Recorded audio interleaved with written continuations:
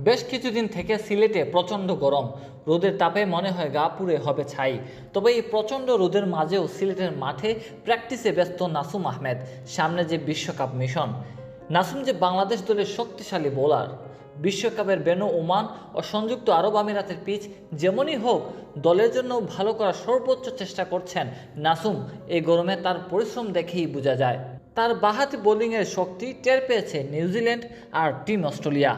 অস্ট্রেলিয়ার বিপক্ষে টি-20তে বাংলাদেশের প্রথম জয় এনে দেওয়ার নায়ক স্পিনার নাসুম আহমেদ বল হাতে ঘূর্ণি জাদুতে কুপঘাত করেছেন অজি পেটারদের। নিউজিল্যান্ডের বিপক্ষে এক ম্যাচ হাতে রেখে সিরিজ জিতে বাংলাদেশ। সিরিজ সেরা পুরস্কারটি উঠেছে বাঁহাতি এই স্পিনারের হাতেই। নাসুমের সিলেট বিভাগের হয়ে প্রথম শ্রেণীর ক্রিকেট অভিষেক হয় 2011 সালে। 2012 সালে অনূর্ধ্ব-19 বিশ্বকাপ খেলেন। 2021 সালে নিউজিল্যান্ডের সাথে আন্তর্জাতিক ক্রিকেটে অভিষেক হয় নাসুম আহমেদের। সাকিব আহমেদ মিঠু, বাংলা টিভি, সিলেট।